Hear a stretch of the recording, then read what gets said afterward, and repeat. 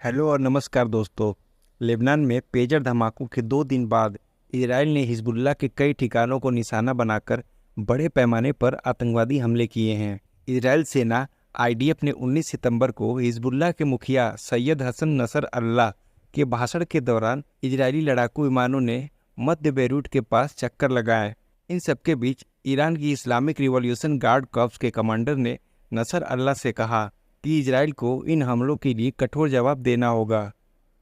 अल जजीरा news की report के अनुसार अपने भाषण में कहा कि इजराइल इन हमलों से लेबनान के समाज को विभाजित करना चाहता था, लेकिन वह ऐसा कर नहीं सका।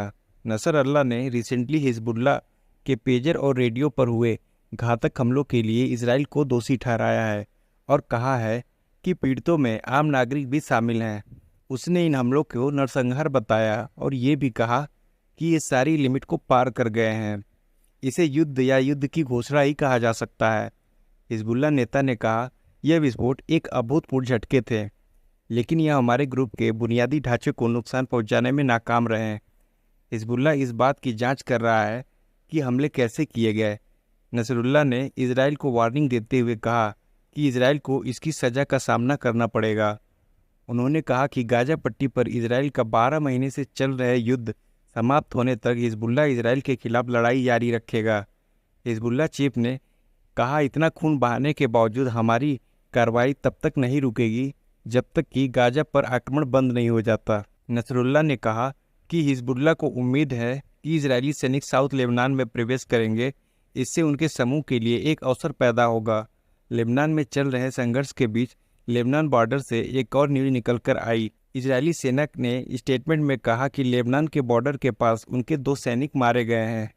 अल जजीरा ने इजरायल की न्यूज़ के हवाले से लिखा कि 2 सैनिकों में से एक की मौत ड्रोन हमले में हुई तथा दूसरे सैनिक की मौत सीमा पार से हिजबुल्लाह द्वारा फायर की गई एंटी टैंक मिसाइल के हमलों में हुई। इजरायली सेना ने दोनों सैनिकों की पहचान भी शेयर की। एक बयान में सेना ने बताया कि हमलों में मेजर नॉयल और सर्जेंट टमर की मौत हुई है। ईरान की आईआरजीसी के कमांडर नसर ने कहा कि इजराइल को इन हमलों के लिए कठोर जवाब का सामना करना पड़ेगा। आईआरजीसी के टॉप कमांडर हुसैन सलामी ने हिजबुल्लाह के प्रमुख को भेजे गए अपने संदेश में कहा कि आतंकवादी गतिविधियां इजराइल की निराशा और फेलियर का एक रिजल्ट है। हम इस खूनी और आपराधिक शासन के विनाश के विटनेस बनेंगे। और सलामी ने लेबनान में ईरान के राजदूत अमानी से भी मुलाकात की।